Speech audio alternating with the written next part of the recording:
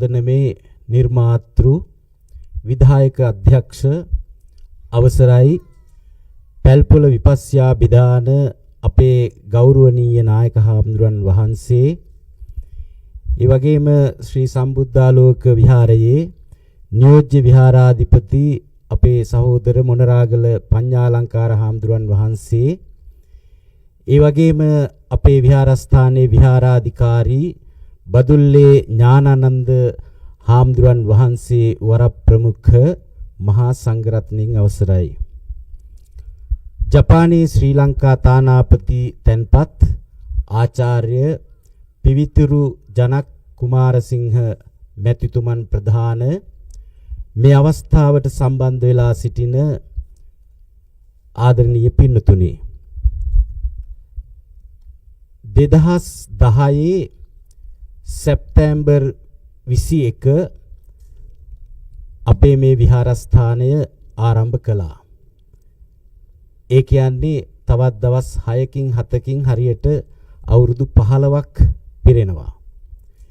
එදා මහා උණ කැලයක් වෙලා තිබුණු මේ පරිසරය ක්‍රමයෙන් සුද්ධ පවිත්‍ර කරගෙන අපේ මව්බිමේ ඉඳලා ලංකාවෙන් ඇවිදිලා මව්බිමේ ඉඳලා මේ රටට ඇවිදිලා මේ සේවය කරන මෙහි ජීවත් වෙන බොහෝ දෙනෙකුගේ උදව් උපකාර සහයෝගය ඇතිව මේ විහාරස්ථානය ආරම්භ කළා.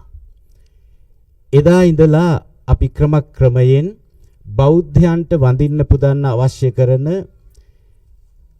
ඒ චෛත්‍යයන් ත්‍රිවිධ චෛත්‍යයන් නිර්මාණය කරගෙන යද්දී 2011 ජනවාරි 6 වෙනිදා මුල්ගල් තබලා තේරවාද සම්ප්‍රදායට අනුව ජපානයේ ඉදිවෙච්ච විශාලතම සමාධි පිළිම වහන්සේ නිර්මාණය කරලා 2016 දී එය නිරාවරණය කරලා බුදු ජනතාවට වඳින්න අවස්ථාව සලසා දෙන්නට අපිට හැකි වුණා. ඒ වගේම ඊට පස්සේ ආරම්භ කරපු මේ දෙමහල් බෝධිඝරය සහිත ජයශ්‍රී මහා බෝධීන් වහන්සේගේ උත්පත්තියේ සිට බුදුරජාණන් වහන්සේ සමග එකට පහළ වෙච්ච නිසා සහජාත වෙනවා බෝධීන් වහන්සේ. ඒ පහළ වෙච්ච දවසේ සිට ක්‍රමයෙන් ශ්‍රී ලංකාව දක්වා ගිය ගමන සම්පූර්ණ ගරුතානාපතිතුමනි ඇතුලේ සිතුවම් කරලා තියෙනවා. මම හිතන්නේ මම දැකලා නැහැ වෙන කොහෙවත් අහලත් නැහැ. ඒ නිසා ඒ සිතුවම් දැක්කට පස්සේ මොනවද තියෙන්නේ කියලා දන්නේ නැති නිසා අපි පොතක් මුද්‍රණය කරලා තියෙනවා. මේ සිතුවම් වල මොකද්ද කියවෙන්නේ කියලා. බොහෝ චිත්‍ර 15ක් 20ක් ගියාට පස්සේ තමයි අපි නිතරම දකින සංගමිත්තරණියගේ ලංකාගමනයේ දැක්වෙන චිත්‍රය තියෙන්නේ. ඒ කටයුත්තත් ඉවරුණාට පස්සේ මේ දාලා තියෙන මේ වටේට කොන්ක්‍රීට් එක ඇත්තටම 2021 ධර්මපාලතුමාගේ පිළිරුව හදනකොටමයි ඒකත් ඇතිකල් මේ නිර්මාණය කළේ. අපි කල්පනා කරේ ධාතු මන්දිරයක් හදන්නට.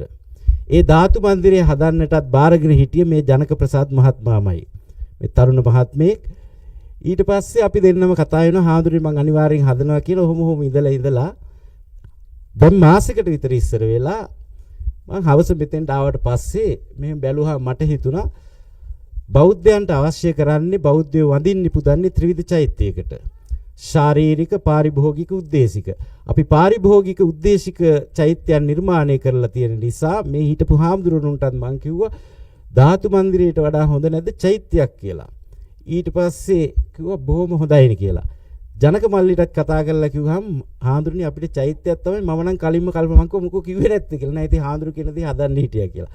ඊට පස්සේ 2021 ඉඳලා ඇදි තිබුණ එක එදා කිව්වා ඊට දවස් දෙකකට පස්සේ ඒ කියන්නේ ගිය මාසේ 8 වෙනිදා නිකිනි පොයේ දවසේ හරියටම මුල්ගල් තියලා ඉවර වෙලා ඒ වැඩේ පටන් ගත්ත. දැන් සති 3ක් වගේ ඇතුළත මේ වැඩ කටයුත්ත ඉතාම ඉක්මනින් කරගෙන ඒක නිසා තමයි තානාපතිතුමනි දින කිට්ටු කරලා ඔබතුමාට ආරාධනා කරන්නටත් උනේ. මොකද අනිත් කටයුතු සම්පාදනය කරගන්න කල්ගත වෙච්ච නිසා. කොහොම හරි ඒ නිසා අපි මේ චෛත්‍යයත් නිර්මාණය කළාට පස්සේ අපේ විහාරස්ථානයේ වඳින්න පුදන්න අවශ්‍ය කරන ත්‍රිවිධ චෛත්‍යම අංග සම්පූර්ණ විහාරස්ථානයක් බවට පත් වෙනවා. ඉතින් මේ කටයුතු පිළිබඳව කතා කරනකොට විශේෂයෙන්ම අද දවසේ මේ අවස්ථාවට වඩින්නට නියමිතව හිටියා.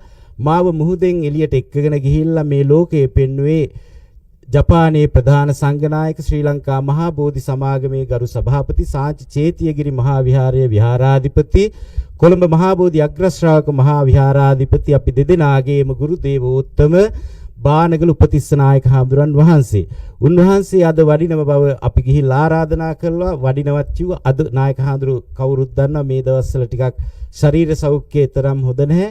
දැන් කෝල් එකක් ආවා නායක හාමුදුරන් වහන්සේ රෝහල්ගත වුණා කියලා. ඉතින් ඒක නිසා රෝහල්ගත වෙලා බෙහෙත් අරගෙන ආවා කියලා.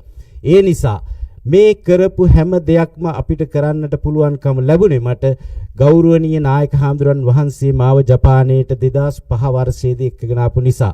ඒ නිසා මේ කරන කියන සෑම දෙයකින්ම සහ අදින් ආරම්භ වෙන මේ ගඩොල් බැඳලා ආරම්භ කරන මේ චෛත්‍ය රාජානන් වහන්සේගේ ආශිර්වාදෙනුත් ඒ සෑම පින්කමකින්ම පළමුවෙන්ම අපගේ ගුරු දේව නායක හාමුදුරන් වහන්සේට ඊ타ම ඉක්මනින් නිදුක් නිරෝගී චිරජීවනයේම උදා වේවා කියලා ප්‍රාර්ථනා කරනවා. අපි කවුරුත් සාදු කෙලුන් වහන්සේට නිදුක් නිරෝගී චිරජීවනයේ ප්‍රාර්ථනා කරමු. ඒ වගේම මේ ආපු ගමනේදී උදව් උපකාර කළ හැම දිනාටමත් ඒ වගේම අද දවසේදී අර පිටිපස්සේ තිබෙන ගන්ටාර කුලන් නිර්මාණය කළ අපේ ඉන්දික නිලන්ත මහත්මයා එතුමත් ඇවිල්ලා ඉන්නවා. ඒ වගේම මේ බෝධි ප්‍රාකාරය නිර්මාණය කරන්නට මුල්ුණේ අපේ ප්‍රසන්න විජේවික්‍රම මහත්මයා ඇවිල්ලා ගියා. දැන් ආයෙ දවල් වෙලා එන්නම් කියලා. ඊළඟට සමාධි පිළිම වහන්සේ නිර්මාණය කරනකොට මූලික දායකත්වය දැරුවේ අපේ සමිත ඉසුරු මහත්මයා. එතුමත් බොහෝ වෙලාවට ඒවි අද එන බව සිහිපත් කළා. කොහොම හරි මේ ආපු ගමනේදී උදව් කළ උපකාර කළ හැම දිනාටමත් ඒ වගේම අද දවසේදී මේ කටයුත්ත සම්පූර්ණ කරගන්නට හැකියාව ලැබුණේ විහාරස්ථානයේ වැඩ සිටින සියලුම භික්ෂුන් වහන්සේලා. සමහර දවස්වලට තානාපතුනි ඇත්තට පාන්දර 2යි සමහර දවස්වල පාන්දර 4යි. මේ අඩි 10ක් 15ක් කොළවල් කපලා යටේ ඉඳලා මේ කොන්ක්‍රීට් දාගෙන එනකොට ඒ හාමුදුරන් වහන්සේලාට නිරන්තරයෙන්ම ශක්තියක් වෙලා දිනපතා ආවා අපේ දුමිදු මහත්මයා. ඒ වගේම රවි මහත්මයා තව බොහෝ දෙනෙක් ආවා. නම් ගම් මට මතක් වෙන. ඒක නිසා තරහ වෙන්න එපා. තරහ වෙන්නේ නැහැ. ඒගොල්ලෝ ඒකින්ද නිතරම පන්සලට ඇවිල්ලා උදව් කරන බැන්නත් මම. ඉතින් ඒ හැම දිනාගේම සහයෝගයෙන් තමයි අද දවසේ මේ විදිහට ඉවර කරගන්න පුළුවන් වුණේ. අපි මේ රවුම ඉවර කරගන්න බැලුවේ. නමුත් අද දවසට අවශ්‍ය නිසා මේ මුල් ටික මේවා කරගෙන ගඩොල් බඳින උත්සවය ගැනීමටයි කටයුතු සම්පාදනය කරගත්තේ. ඒ වගේම මේ චෛත්‍ය නිර්මාණය කරන්නට ලංකාවේ ඉඳලා ශාන්ත නාරායන කලාශූරීන් ඇවිදින්න මේ බෝධි ප්‍රාකාරයේත් එතුමන්ලා තමයි මේ සිතුවම් නිර්මාණය කළේ. ඉතින් අපි මේ මහත්මාම ගෙන්න ගත්තා මේ වැඩේ කටයුතු කරගන්නටත්. ඉතින් ඒ විදිහටයි මේ කටයුතු සම්පාදනය වුණේ. ඒ වගේම අපිට නිරන්තරයෙන්ම අපේ දුක සැප හොයලා බලන අපේ සහෝදරයෙක් වගේ මම ආපු දවසේ ඉඳලා අපේ නලින් මහත්මයා, මහින්ද මහත්මයා, ශම්මි මහත්මයා අද දවසේදී මේ ඇවිදින්න ඉන්නවා හැම දිනමත්.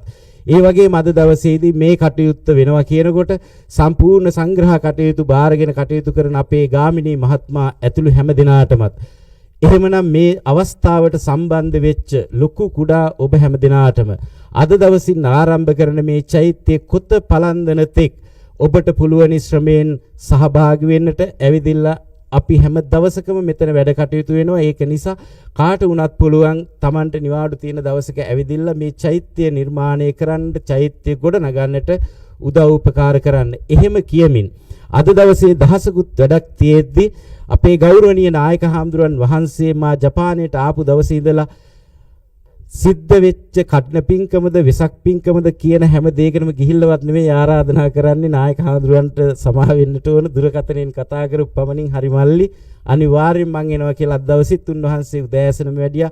උන්වහන්සේටත් ඒ වගේම අද දවසේ තමයි අපේ තානාපුත්තුම අපේ විහාරස්ථානයට එන්නට අවස්ථාවක් ලැබුණේ. ඉතින් මං හිතන ඒකත් හොඳ අවස්ථාවක් නිකන් ඇවිදින්න කතා කළා ගියාට වඩා ඔබතුමාගේ කාලේ ඔබතුමාගේ අතින් ගඩොල් බැඳපු චෛත්‍ය තමයි සම්බුද්ධාලෝක විහාරස්ථානයේ අර තියෙන්නේ අර වදින්නේ කියලා කවදා හරි ඔබතුමා කොහේ හිටියත් ඔබතුමාටත් සතුටු වෙන්නට පුළුවන් වේවි කියලා මා විශ්වාස කරනවා. ඒ වගේම අද දවසේදී මේ සම්බන්ධ වෙච්ච හැම කෙනෙකුටමත් ඒ කටයුත්තට සම්බන්ධ වෙන්න පුළුවන්. එහෙමනම් අපේ ගරු තානාපතිතුමන් ඇතුළු තානාපති කාර්යාලය නියෝජනය කරමින් පැමිණි හැම දිනාවමත් ඒ වගේම අපි බොහෝ දෙනෙකුට කතා කරලා ආරාධනා කළේ නැහැ. ඇත්තටම තානාපතිතුමනි අපිට තිබෙන්නේ මුහුණු පොත නැත්නම් Facebook කියන එක පන්සලේ නමින් සහ මගේ නමින් page දෙකක් තියෙනවා. පන්සලේ තියෙන සෑම පින්කමක්ම ඒ දෙකට තමයි දාන්නේ. ඒ දෙක බලලා තමයි මිනිස්සු කතා කරලා දානමාන බාරගන්නේ. මේවට සම්බන්ධ වෙන්නේ. අද දවසේදීත් මම විශ්වාස කරනවා මේ බොහෝ දෙනෙක් මේ දේවල් දැකලා තමයි ඇවිත් තියෙන්නේ. ඒ හැම දිනාවමත් ඊ타මත්ම කරුණාවෙන් ලෙන්ගතුකමින් ඕනෑකමින් පිළිගනිමින් අද දවසේදී සිදු කරගත්තා වූ මේ පින් ඔබවත් මමත් මේ ලෝකයට බිහි කළ ආදරණීය අපේ සුජීවත්ව සිටින දෙමව්පියන්ට ආශිර්වාදයක් වේවා, බලයක් වේවා, ශක්තියක් වේවා. ඒ ඇත්තෝ නිදුක් නිරෝගී චිරජීවනයේ මුදා කර ගනිත්වා කියලා ඔබෙත් මගෙත් සුජීවත්ව සිටින දෙමව්පියන්ට අපි ආශිර්වාද කරමු. ඒ වගේම මුලින් සඳහන් කළ ආකාරයට පැවිදි වූ දාපටන් අපිට හරි මග කියා දුන්න අපේ නායක හාමුදුරන් වහන්සේටත් ඒ වගේම අද දවස වෙනකම් මේ ආපු ගමනේදී දන් හැන්දකින් හෝ අපිට උදව් කළ උපකාර කළ මේ විහාරස්ථානයේ ගොඩනගන්නට වල් පැලයක් ගලවලා යෙන් එකක් දීලා ගඩොලක් බැඳලා සිමෙන්ති කොට්ටයක් අරන් දීලා ඒ විතරකුත් නෙමෙයි අපිට ඕනෑතරම් දොස් කියලා අභියෝග දුන්න දායකයන්ටත් ඒවා මං හිතන්නේ මට තමයි වැඩිම ජපානේ තියෙන්නේ. ඒක නිසා ඒ හැම දිනාටමත් මේ පින් තව තවත් ආශිර්වාදයක් වේවා, බලයක් වේවා, ශක්තියක් වේවා. ඒ ඇත්තන්ද කායික මානසික ශක්තියෙන් පිරී ගොස් උතුම් චිර ජීවනයේම උදා කර ගනිත්වා කියලා අපි ආශිර්වාද කරනවා. ඒ වගේම මේ ස්ථානයේ විහාරස්ථානයක් බවට පත්වන්නට මත්තෙන් කොබයසි කියලා පරම්පරාවක් ජපන් ජාතික පිරිසක් ජීවත් වුණේ. ඒ මේ පරලෝකීය හැම දිනාටමත් ඒ වගේම මේ අල්ලපු ගෙදර හිටියා සෙකි ඔසමු කියලා ඔතෝසන් කෙනෙක් තාත්තා කෙනෙක් මට හරියට උදව් කළා. ඒ හැම දිනාටමත් ඔබ අප මගේ නමින් මිය පරලෝකී ඉල්ලා යමෙක් දුකක නම් ඒ හැම දිනාටමත් මේ පින් අනුමෝදන් වේවා. දුකින් සිටින අය දුකින් නැත මිදේවා. පින් ගන්නට බලාපොරොත්තු ඇත්තෝ මේ පින් අනුමෝදන් වේවා. සැපවත් ආත්ම භාවයන් ලැබුව ඇත්තෝ තව තවත් සැප උදා කර ගනිත්වා. අවසන ඔබට මට අපිට ගරුතානාපති වුනි පතන බෝධියකින් උතුම් නිවන් සම්පත් අවබෝධ කරගන්නටම අද දවසේ සිදු කරන මේ පින හේතු වාසනා වේවා කියලා සාදු කියමින් නැවතත් වරක් අපේ ආරාධනාවෙන් පැමිණි තානාපුතුමන් වගේම අපේ අතිගරු නායක හාමුදුරන් වහන්සේ ඇතුළු හැම දිනාටම නිදුක් නිරෝගී චිරජීවනයේ උදා වේවා කියලා ප්‍රාර්ථනා කරමින් නිහඬ වෙනවා. ත්වන් සරණයි.